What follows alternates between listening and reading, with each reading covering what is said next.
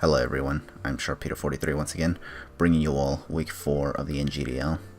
We're going to be facing one Crash 94 and the Los Angeles Lucarios for this battle, so yeah. The teams that I have for this opponent is going to be Helilisk, Volcanion, Cradilly, I can't say that name, but yeah, Dragonite, Hitmontop, and Sharpedo. His team, yeah, I think he brought pretty much everything I expected.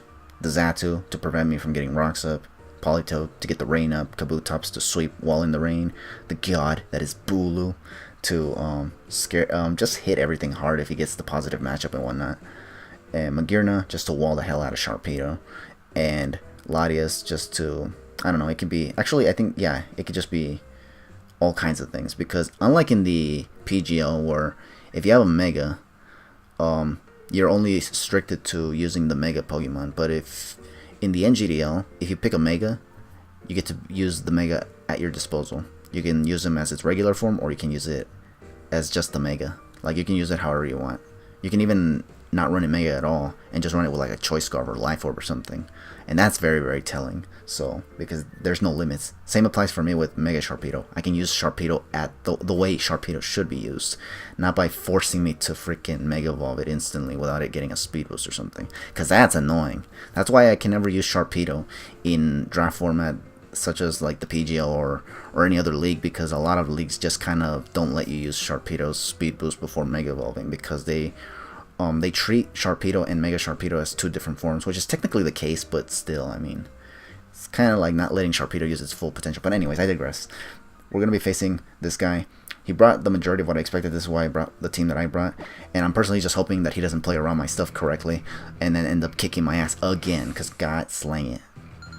I'm getting sick of losing way too many battles in the draft format. But anyways, here we go. He's going to lead off with Morgan, which is the Xatu. I'm going to lead off with Helilisk. I kind of led with Helilisk because looking at his team, he doesn't have any Volt Switch immunity. And on top of that, he doesn't have the right lead right now. So he's forced to switch out no matter what. Unless he's ballsy enough to stay in, which I'm not sure if he is or not. He could be. But nonetheless, I went for Volt Switch. He goes into Magearna. Seeing how that took little to no damage, I was starting to think that maybe this was an AV Magearna, a Solvest Magearna. So I decided to Volt Switch into Volcanion right here and scare him away. Knowing I'd scare him away, I decided to go for Substitute right here. He's going to switch into Politoed, which is fine with me in all honesty, because he gets the rain up, and now my Steam Eruption is going to do a lot of damage, which is really, really, really good for me. So I go for Substitute right here, like I said. And now here's where I decide to just start spamming Sludge Bomb until he does something that can actually force me to switch out. And he's actually going to do that, which is actually kind of crazy. Because look, he's going to go for Perish Song right here. The crazier thing about this is that this Politoed actually outsped my Volcanion to begin with. I was like, what? How on earth did this thing outspeed?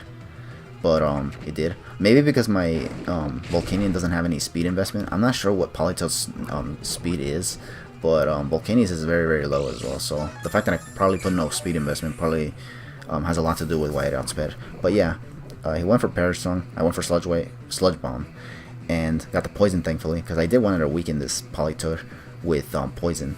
However, he is gonna switch out here right away. He goes into Runo, which is the Latias.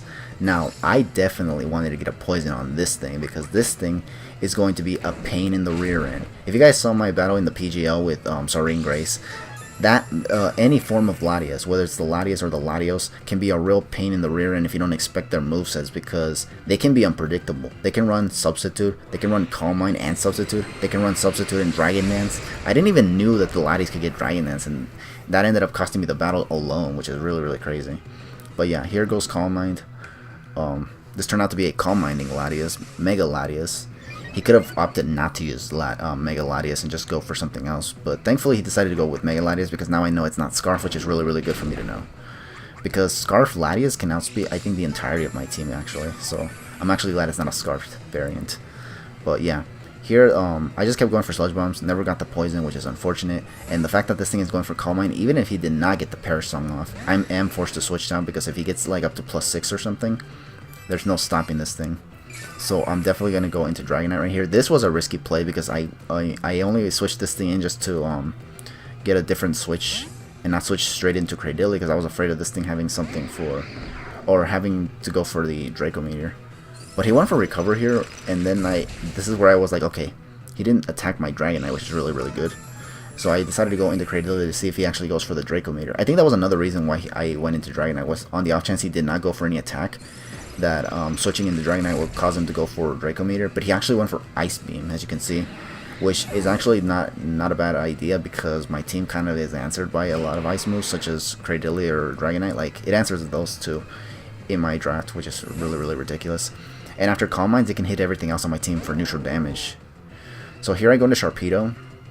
Reason being was that if he had Ice Beam as a coverage move and the other two moves were Calm Mind and Roost, then he probably doesn't have like Draco Meter or anything, so I don't feel I have to worry about over predicting here. Well, actually I end up over predicting here, because what I do here is I anticipated him to switch and decided to go for Earthquake on the off chance he decides to go into Magearna. He does not actually. He ends up going into Politoed right as the rain ends, which is kind of weird in all honesty. This is why I was anticipating Magearna, was because I didn't think he'd want to send this thing in knowing that the amount of turns of rain was running out. So, and the worst part is that he even stays in and doesn't switch out. I kept going for Earthquakes because I kept expecting the Magearna switch, so the fact that he never brought it in was actually kind of interesting. But nonetheless, I do take out Politoed, and now he's going to send in the God, because those things typically scare Sharpedo away, even if they carry Ice Fang, because, I mean, Sharpedo can't one-shot Tapu Bulu in most cases. But in this case, I definitely can, because I actually carried the Poison Jab. I carried this because I had a feeling he was going to try to bring in the God Bulu. And as a result, it goes down now with one Poison Jab. Even though this Sharpedo's jolly, Poison Jab is definitely able to take out the God Bulu, because it's X4 weak to Poison. So, yeah. So after that, he sends in Mega Latias. Now, this thing I wasn't certain I'd be able to take out with a Crunch, in all honesty. So, and as you can see, it does survive narrowly. But I was actually confident in staying nonetheless, because I kind of was under the impression that maybe he didn't have anything for my Sharpedo. And turns out that this thing actually had Thunderbolt. So, interestingly enough, this Latias was actually a Bolt Beam set with Ice Beam and Thunderbolt, because even this guy knew that my team was kind of answered heavily by Bolt Beam, because of the fact that I have Dragonite, I have Cradility, and I have Sharpedo. They all get answered by Bolt Beam, which is crazy. Bolt Beam is basically the combination of Ice Beam and Thunderbolt, so yeah. Here he goes into Xatu now that I take out the Latias with Extreme Speed. I'm glad he didn't switch out Latias, so, because if he did, I could have been in a bit of a predicament. Here I go for Dragon Dance. He went for Thunder Wave with Xatu. It missed. Even though I got a +1 with the Dragon Dance, it actually outsped me and went for Thunder Wave again. Thank goodness it missed, because who knows what would have happened if it didn't miss. This allows me to go for the Devastating Drake on this Dragonite. Only reason I went for it here was because I have Outrage on this thing and not Dragon Claw, so if I went for Outrage, I might have been locked into Outrage. Taking out the Xatu, sure, but then he'll just bring in Magearna and go for probably Ice Beam as well, and I did not want that. So, yeah. I do get to take out this Xatu now, thankfully, and now I'm still free to actually switch my moves up if I have to. And his last two Pokemon are actually Kabutops, which, thanks to the fact that he let his Politoed go down in the middle of the battle, I am now just able to outspeed this thing, take it out with an Earthquake. It is not Choice Scarf, because I'm pretty sure that this thing was meant to kind of put in work in the rain, which did not happen. So this Kabutops go down, and the last Pokemon that he has is Magearna, which I think even if it's Scarf, it's not going to outspeed Dragonite. And on top of that, I'm at +1, so this is definitely going to take it out unless it's carrying a Shuckle Berry. And even then, if it survives because of a Shuckle Berry, that means Volcanion could just come in and KO it. So there was some RNG in this battle, that being the two Thunder Wave misses in a row. But again, I think I would have just won in all honesty. Like, I think the only difference that the RNG did in this battle was just it would have decreased my differential win against this guy. Because, as you can see, I actually beat him 4-0. Had he not missed the Thunder Wave, he might have been able to take out my Dragonite, and then I would have been left with only Hitmontop and Volcanion and Heliolisk, which I think would have been able to take care of Magearna or Kabutops alone, because no rain for Kabutops, which means Heliolisk could have been able to take it out with a Thunderbolt, and Volcanion would have been able to take out Magearna. And if it does not take out Magearna with a Flamethrower, it probably would have been able to be finished off by Hitmontop or something, or even Heliolisk, depending on what goes down and whatnot. So, yeah, thank goodness we actually got a win this time in the draft format. You have no idea how excited I am for that. Well, I probably shouldn't get too excited, because after this win, I'm probably going to go back to losing more battles, because you guys have seen how many times I've posted some battles where I win, and then right after that, I get just blown the hell back in the next battle, and it's like, it's kind of like I win a battle, and then I'm like, yeah, and then I lose a battle really, really badly, and it's like, whoosh, I just get slapped in the face, basically. So it's like, it's kind of like I can't be happy for winning battles. But either way, I'm still glad I at least won a battle in the draft format, because holy cranberries, I really was starting to get kind of desperate, which is not really healthy in all honesty, let's be real here. But yeah, nonetheless, good game to One Crash 94. Good luck with the rest of the battles in the season.